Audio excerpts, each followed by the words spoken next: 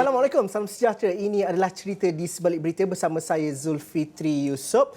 Dan ada dua perkembangan ataupun dua wartawan yang akan bersiaran langsung bersama kami dalam cerita pada hari ini. Di mana pertamanya, saya ingin bersama dengan Firdaus Azil, wartawan Astro Awani yang membuat liputan lawatan Menteri Luar China Wang Yi ke Malaysia, di mana beliau kini berada di Hotel Majestic, di mana sebentar tadi berlangsungnya majlis sidang media antara Menteri Luar China Wang Yi dan juga Menteri Luar Malaysia, iaitu Datuk Seri Saifuddin Abdullah, di mana sebelum itu Menteri Luar China Wang Yi juga dia diterima menghadap oleh Yang di-Pertuan Agong di Istana Negara. Firdaus Azil, signifikannya cukup besar lawatan Menteri Luar China ke Malaysia ini selain beliau turut melawat ke beberapa negara di rantau ASEAN ini. Tetapi mungkin Firdaus dapat ceritakan ekstrak daripada sidang media sekitar jam 3.30 tadi. Okey, baik, terima kasih Zul. Seperti yang kita sedia maklum, hubungan Malaysia dan China ini sudah terjalin sekian lama, iaitu sejak pada 1974. Malah boleh dikatakan bahawa China merupakan rakan dagangan terbesar untuk Malaysia, dan juga Malaysia juga merupakan antara rakan dagangan yang agak strategik ataupun signifikan untuk China untuk pasaran-pasaran bagi sektor-sektor tertentu. Dan seperti yang Zul sebutkan sebentar tadi, bagaimana berlangsungnya mesyuarat ataupun pertemuan tertutup antara dua menteri luar ini, Datuk Seri Saifuddin Abdullah dan juga His Excellency Wang Yi, yang mana mereka antara lain menyentuh pelbagai sektor seperti tentang hubungan antara dua negara, hubungan bilateral, bagaimana kerjasama yang dipupuk dalam pemberian vaksin dan sebagainya untuk menangani COVID-19 dan sebagainya, dan juga ada beberapa lain perkara yang telah disentuh yang mungkin saya boleh nak kongsikan dengan penonton Astro Awani tentang apa yang disebut oleh Menteri Luar Malaysia Datuk Seri Saifuddin dalam sidang media bersama beliau dan juga Wang Yi sebentar tadi. Kita dengarkan. Both sides agree that we should prepare to commemorate the important milestone in our relations. We also look forward to more high-level visits in the coming years and to promote greater trust between both countries. Yang Amat Berhormat Perdana Menteri, and so is Kebawah Duli Yang Maha Mulia Seri Paduka Baginda Yang di-Pertuan Agong, has expressed their wishes to visit China as and when the time permit. We have also been following very closely the concept of community of shared future, a brainchild of President Xi Jinping. And this idea and aspiration is very much aligned with the concept of the world is a family that has been pronounced by our Prime Minister Datuk Seri Ismail Sabri. We also discuss matters pertaining to the Belt and Road Initiative, the two countries' twin parks project, the East Coast Rail Link project, and the automotive high-tech Valley cooperation. As we all know, the ECRL is a project that is going to be realized, and we have started working on it. Under the Twin Parks project, again, China is celebrating the 10th anniversary of the establishment of the China-Malaysia Qinzhou Industrial Park this year, while Malaysia, through MITI and the Pahang State Government, is preparing for the 10th anniversary of its sister industrial park, the MCKIP, Malaysia-China Kuantan Industrial Park, next year.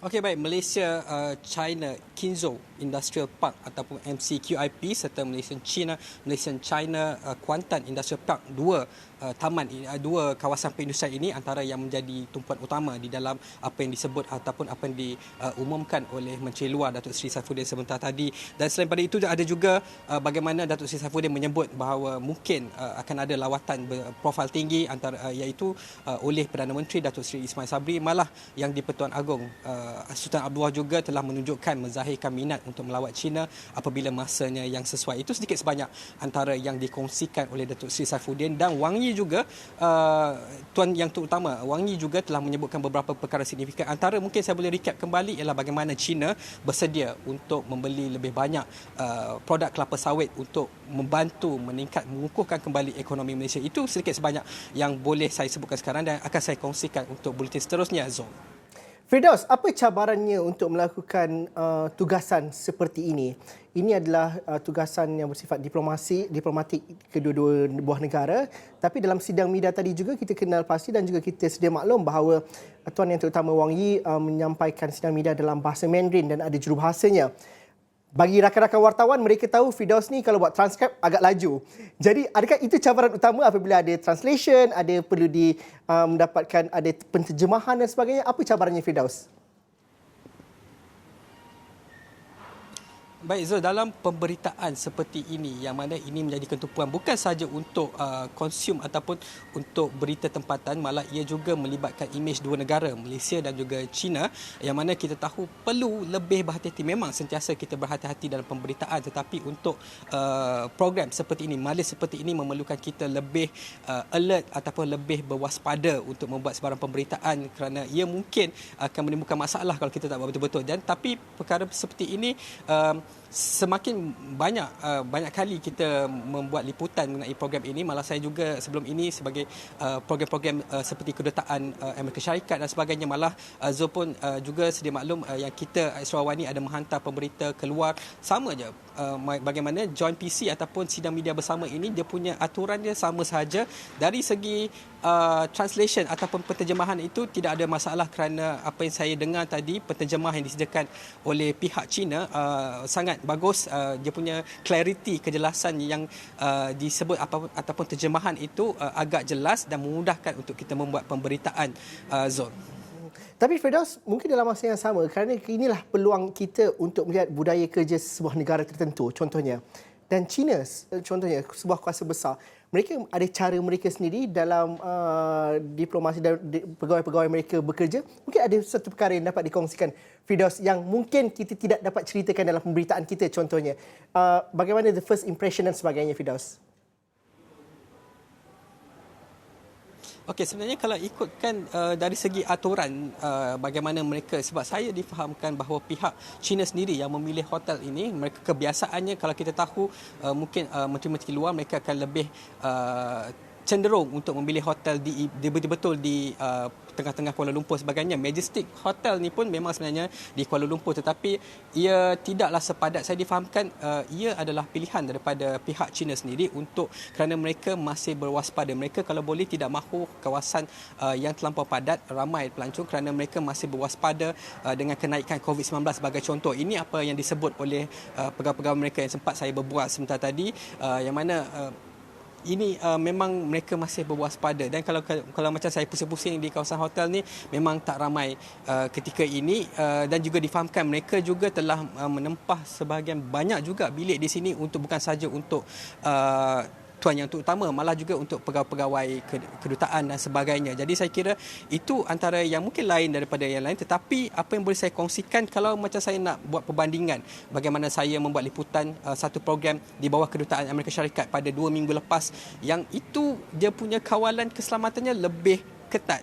Maksudnya bukan saja mereka akan memeriksa pas media kita sebagainya, tetapi ada juga pengimbas. Sebagai contoh, mereka akan cek setiap beg kita, malah ada juga anjing-anjing pengesan untuk menghidu kandungan beg. Jadi saya boleh comparekan untuk program melibatkan menteri ini mungkin lebih fleksibel, tetapi pada masa sama mereka tidak berkompromi tentang keselamatan, khususnya tentang COVID-19. Azul. Saya baru nak tanya pasal isu dan juga aspek keselamatan itu, tapi Firdaus dah jawab. Tapi Firdaus, mungkin keselesaan wartawan untuk melakukan kerja dan juga untuk melakukan tugasan. Kerana dalam hal-hal yang berkaitan dengan lawatan kedua-dua buah negara seperti ini, ianya berprofil tinggi, isu keselamatan satu perkara, isu protokol juga sangat dititik beratkan. Tapi sebagai warga media dan juga rakan-rakan media yang lain, bagaimana keselesaan untuk melakukan tugasan dan juga aspek komunikasi baik daripada Wisma Putra dan juga pihak kedutaan China sendiri?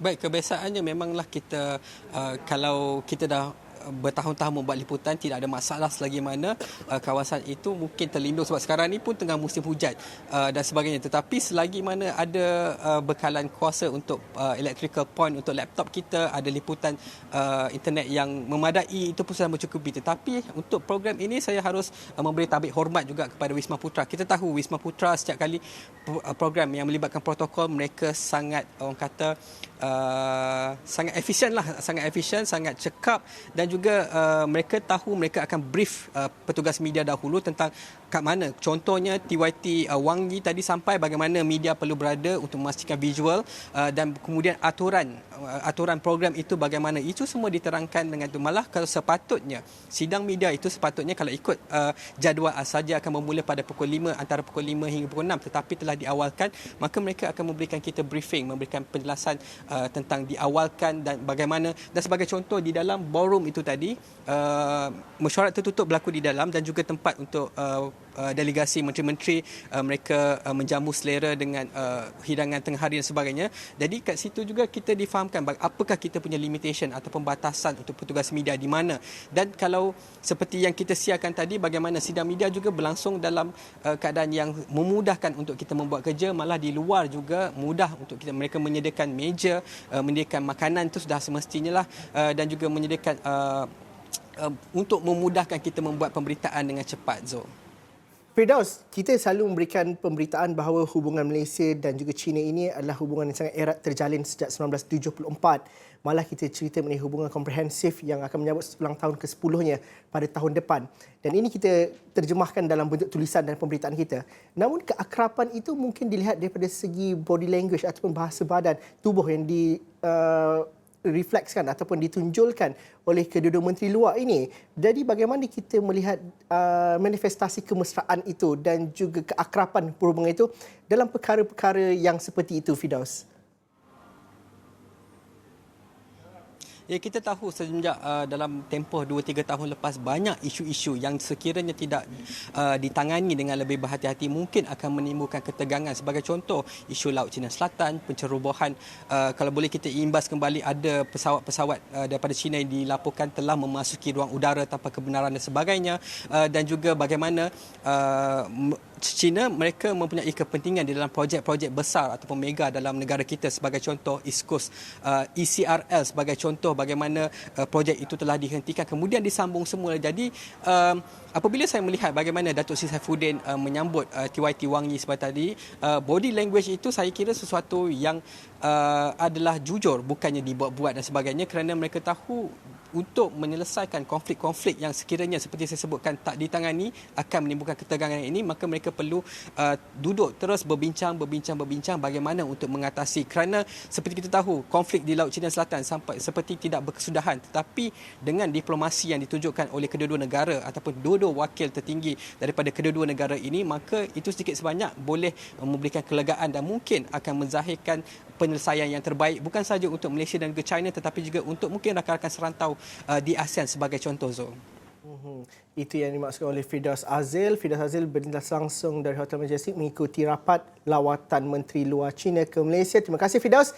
Perkongsian di sebalik berita yang Firdaus berikan itu, kita akan berhenti rehat seketika dahulu. Selepas ini kita nak tanya khabar Wakil Astro Awani di Kelantan. Ada beberapa berita menarik dari sana dan juga apakah cerita di sebaliknya. Itu kita kongsikan selepas ini.